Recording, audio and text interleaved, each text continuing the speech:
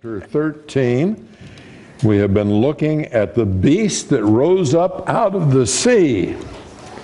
You remember it was right after the dragon in chapter 12 and all that he said, and then we find the dragon standing on the sand of the sea, and this beast rises out of the sea.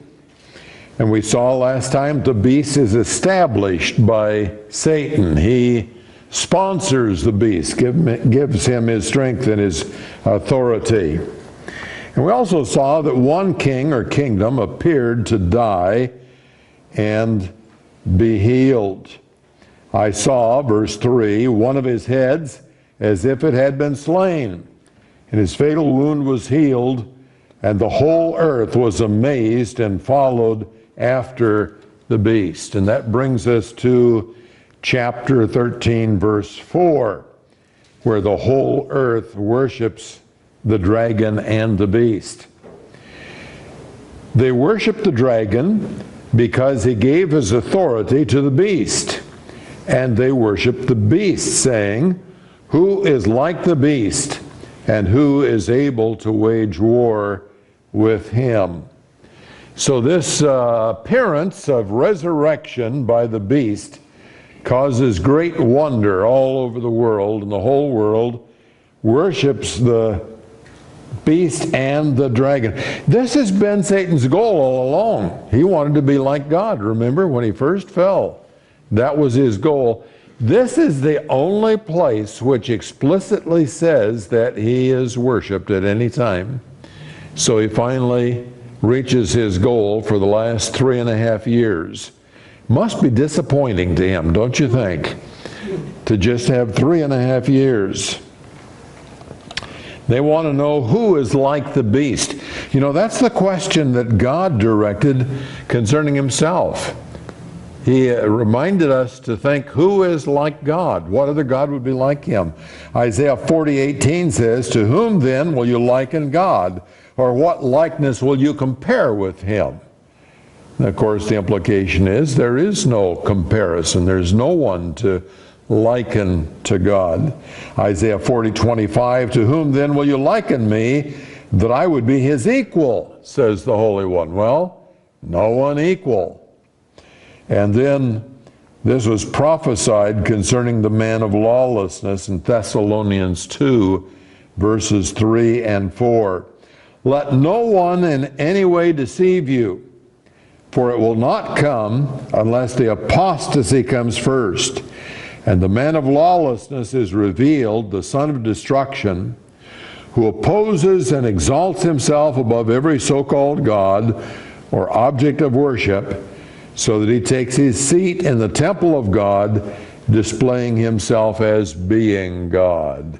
The man of lawlessness would take his seat in the temple of God, displaying himself as being God.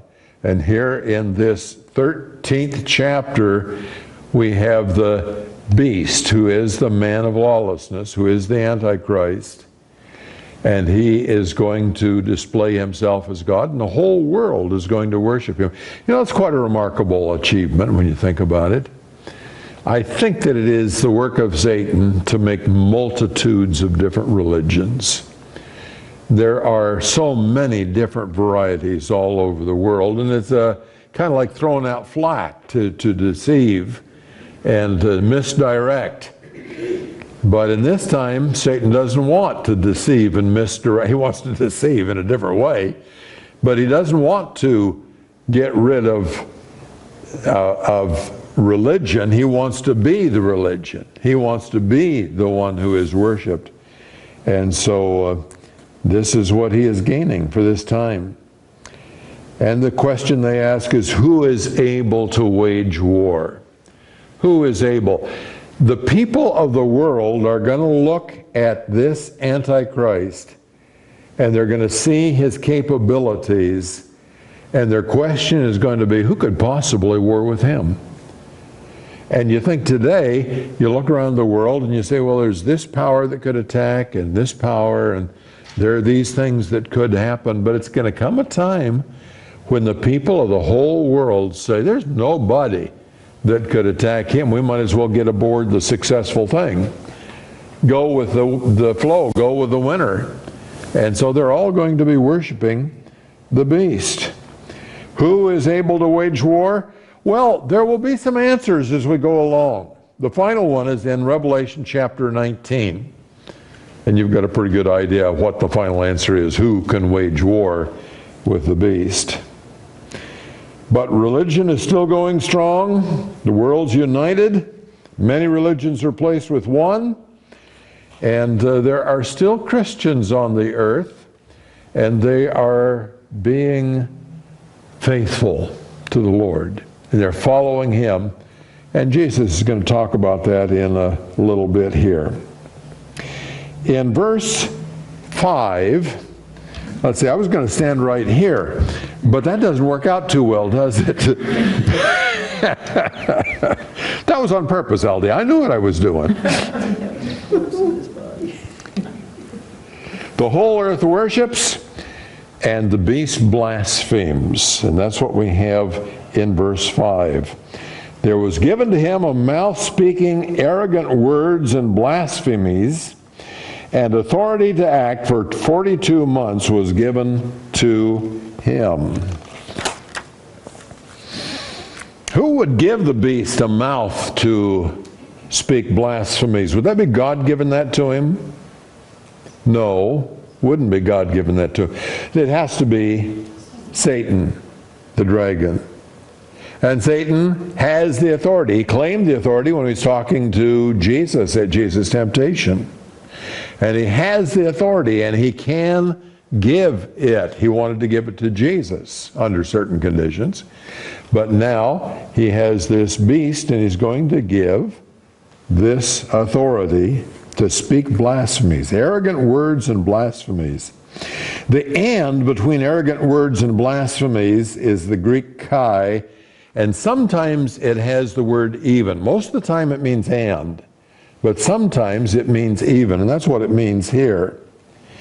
Arrogant words, even blasphemies. The arrogant words are blasphemies. That's what he's arrogant about. An authority to continue 42 months. And then okay, who has given him authority to continue 42 months? We saw that it would have been Satan who gave him the ability to speak arrogance and blasphemies, this mouth that he had. And you might think, well, maybe it's Satan here also, and it may be. I don't know. Ultimately, who sets the time limit? It's got to be God. And the end of the time will be when Jesus Christ returns. When he returns to set up his kingdom, this beast isn't going to have any authority to do anything any longer. He's just going to be another of the souls in hell. But it may be within the scope of the authority Satan's permitted for a season to give him authority to act for 42 months. He might even try to deceive him. I'm speculating totally here. He maybe could try to deceive him and offer him a longer term, but surely Satan knows that's all he gets. He's going to get 42 months, and then he's going to be absolutely done. 42 months begins at the rise of the beast out of the abyss. He comes up out of the abyss. He's got 42 months, and then he will be gone. It'll be all over again. And we call this period of time, this 42 months, which has come up quite a few times, sometimes 3.5 years, sometimes a time and times and half a time. It's the same period, but it's expressed in different ways. And what is this period, this 3.5 years? What do we have a name for that? The Great Tribulation, exactly. So the tribulation is 7 years long, but the Great Tribulation is 3.5 years. The Greek scholar A.T. Robertson says that when he opened his mouth in blasphemies, the word opened is aorist, and he calls it a constative aorist. Now we've talked about the aorist, and sometimes it is past tense, but the most basic thrust of it is that it's a single action. as opposed to the present tense, which is a flow of actions. But in this case, the single action is looking at a long period of time and just one action over that period of time. In other words, it's not a flow of action, it's just one. But it's constative, it is constant over a period of time. He opened his mouth in blasphemies against God. And this blaspheming is a characteristic of the beast and the Antichrist. To blaspheme his name and his tabernacle, that is, those who dwell in heaven. Dwell in heaven is also the word tabernacle. Same word exactly. His tabernacle, even those who tabernacle in heaven. How would you blaspheme the tabernacle? This is talking about the heavenly tabernacle or the one on the earth? It could be the earth. No. No? No. It's the heavenly tabernacle. Oh, no. Okay. And he's going to blaspheme his heavenly tabernacle. But how would you do that? You'd say insulting things. Oh, that shack. I would never say that, okay? I'm just giving an illustration of something somebody might do to blaspheme the tabernacle in heaven. And those who tabernacle in heaven. Dwell is masculine, or tabernacle is masculine. Now, you don't think of these things as having gender, but in the Greek language they do have gender, and the gender has to agree. If this and this are talking about the same thing, they both have to have the same gender. But it doesn't fit, the tabernacle doesn't fit the name, and it doesn't fit the tabernacle. The dwell tabernacle doesn't fit in his tabernacle. So let's go back and look at that.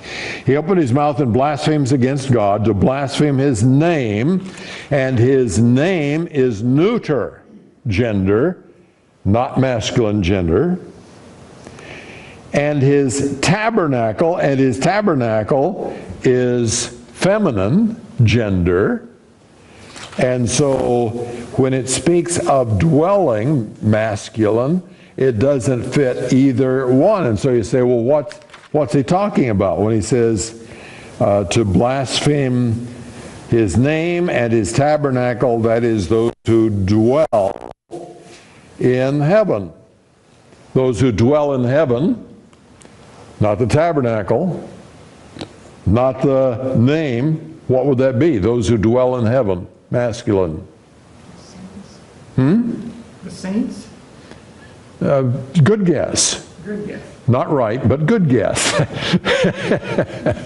Angels? Angels. Sure. Talk about the angels there. Now, why is Satan going to take pains to blaspheme the angels? They wouldn't follow him. They wouldn't follow him, and as a matter of fact, they joined in throwing him out in the war in which he got thrown out of heaven. So he's angry with the angels and he's blaspheming them while he's at it. He blasphemes them both in claiming to be God and disparaging the true God. He is claiming to be God himself, and that's blasphemy. And then in saying nasty things about the true God is another form of blasphemy. And this action of the beast reflects Daniel's prophecy. Daniel really prophesied this, and we have it in Daniel 11, beginning with verse 29. Daniel 11, 29 through 35. At the appointed time he will return and come into the south. But this last time it will not turn out the way it did before. For ships of Kittim will come against him. Therefore he will be disheartened and will return and become enraged at the holy covenant and take action, so he will come back and show regard for those who forsake the holy covenant. And may I say that to explain that section, we'd have to take a whole different study. So I'm just picking up on these. I like to pick things up in context, and here's what I was really looking for. Verse 31. Forces from him will arise, desecrate the sanctuary fortress, and do away with the regular sacrifice. And they will set up the abomination of desolation. And this is the time we're talking about. It's right in the middle of the tribulation period. And the Antichrist is violating the covenant he made with Israel. And he's going to set himself up to be worshipped in the holy place. By smooth words he will turn to godlessness those who act wickedly toward the covenant. But the people who know their God will display strength and take action. Those who have insight among the people will give understanding to the many, yet they will fall by sword and by flame, by captivity and by plunder for many days. So there are going to be some folks there that are faithful to the Lord. And they're going to stand up with courage and perseverance, and they're going to take action, and they're going to be imprisoned and killed. And that's what we're going to see as we continue in the book of Revelation. Now when they fall, they will be granted a little help, and many will join with them in hypocrisy. You can have a lot of folks who join in hypocrisy. Some of those who have insight will fall in order to refine, purge, and make them pure until the end time, because it is still to come at the appointed time. Verse 7, it was also given to him to make war with the saints and to overcome them, and authority over the tribe, over every tribe and people and tongue and nation was given to him. So here's where we have the parallel to what we have just been reading. It was given to him to make war with the saints and to overcome them. Now, ultimately it has to be God that's permitting this. So we have a situation where God says, well, we're going to let the beast do what he wants to do. He wants to war against the saints, and we're going to let him do that. And moreover, he's going to be successful. He's going to kill saints. He's going to imprison saints. Let's read it again. It was also given to him to make war with the saints and to overcome them, and authority over every tribe and people and tongue and nation was given to him. Remember the two witnesses back in chapter 11? Chapter 11, two witnesses. Verse 7 of that chapter, when they have finished their testimony, the beast that comes up out of the abyss will make war with them and overcome them and kill them. So the two witnesses are going to be amongst those who are killed by the beast as he is killing saints. God permits this authority. It's a universal authority. It's authority over every tribe and people and tongue and nation. That's just about every way you can say everybody. This is a very strong statement of universal power. And so there wouldn't be much of it. Where would you travel to? Sometimes I hear people thinking, well, now, I don't like the way things are going. I want to go somewhere else. Where are you going to go? But you got a lot more chances here today than you'd have in this time, because this time the beast is going to rule absolutely everything that there is. No escape, no place. There have been a lot of folks who would have liked to have had universal authority. Rome came pretty close, but it didn't have universal authority. Alexander the Great conquered a lot of territory. He didn't have universal authority. The Assyrians and the Babylonians took large territories, but they didn't have China. They didn't have a lot of the territory. And so this is going to be maybe the only time in the history of the world where some world ruler gets authority over absolutely everything. And I'm sure that's going to appeal to some people. They're going to think, we can get rid of the problems we've had, because a lot of our problems are one nation fighting against another nation. If we have just one government over the entire world, that'll take care of it. Isn't that kind of the direction of the thinking of the United Nations? Isn't that the philosophy? If we can just get all the people to get together and talk together. Hasn't worked out all that well. But they're not giving up on that idea. And it's going to come up. Overcome. It was also given to him to make war with the saints and to overcome them.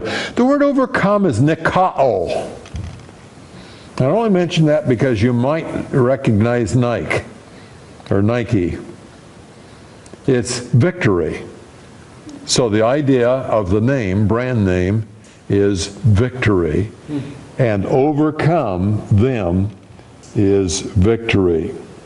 It's ironic to speak of the beast's victory in the light of the fact that the ones who are really going to be victorious are the saints. I have a little pet peeve. It's not important. I might be watching a couple of people playing a game. Somebody come up and say, "Who's winning?" I don't know who's winning. I can tell you who's ahead. But until somebody has won, I can't tell you who's winning.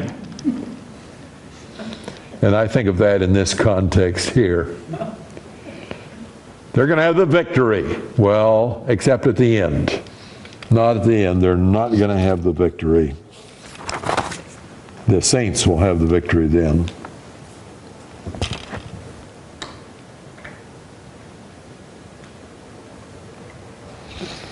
Verse 8, all who dwell on the earth will worship him, everyone whose name has not been written from the foundation of the world in the book of life of the Lamb who has been slain.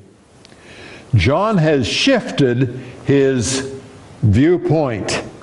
He has been speaking in the past tense. He's been telling us, I saw this, I saw that, past tense.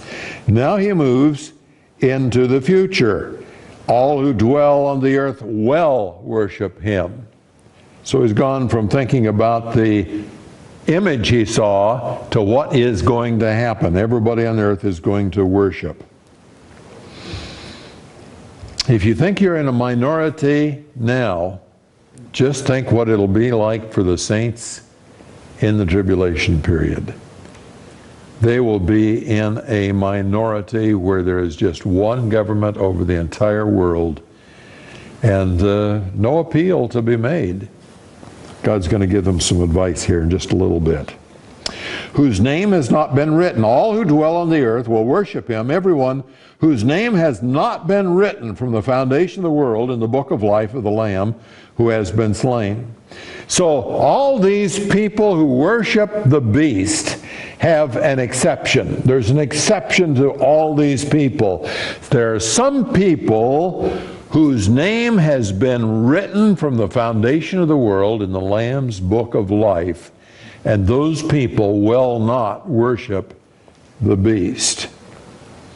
It's a perfect tense. It's action taking place in the past, having continuing results. In the past, before we knew anything about it, the name was written down. Name was written in the Lamb's book of life in the past. But that still has present continuation, action, effectiveness. And they are still written in, and they will continue written in forever, never to be removed. But these that are worshiping the beast are those whose names were not written. And they continue in that condition. Back in the past, their name was not written. And that continues, perfect tense.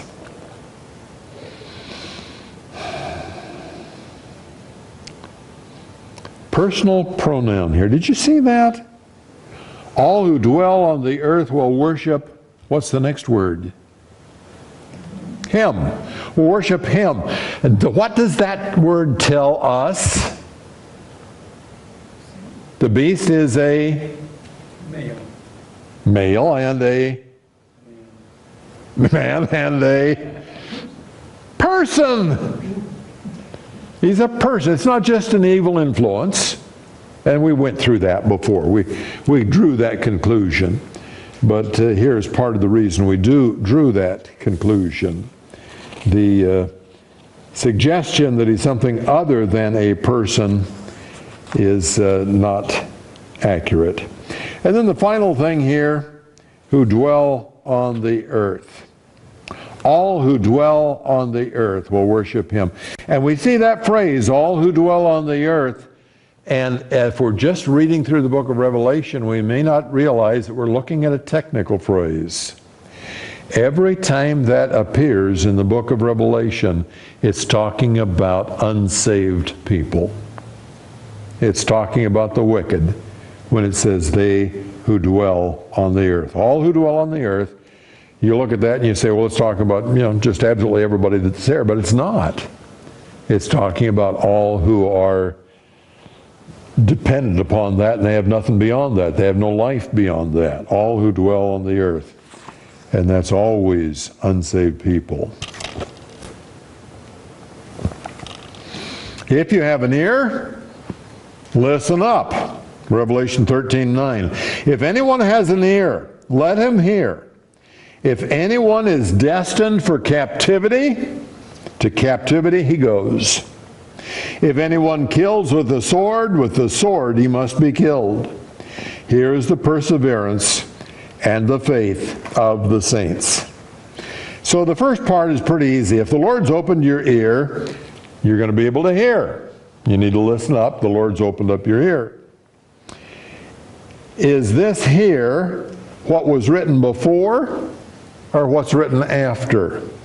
If anyone has an ear, let him hear. Is this talking about the verses that went before?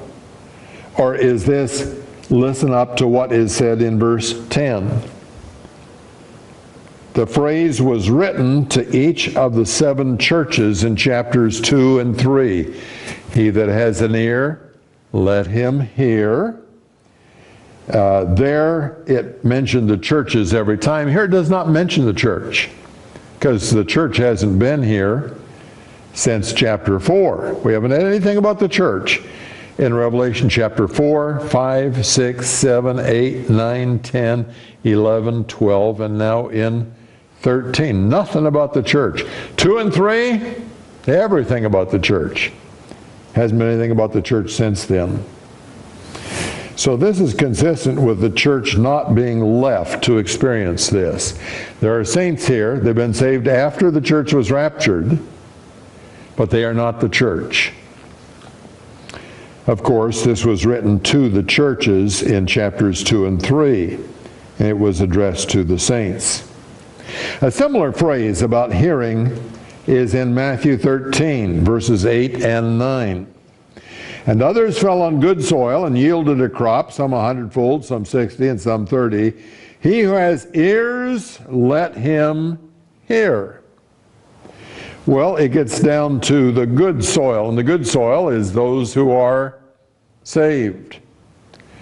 And right afterwards it says, he who has ears, let him hear.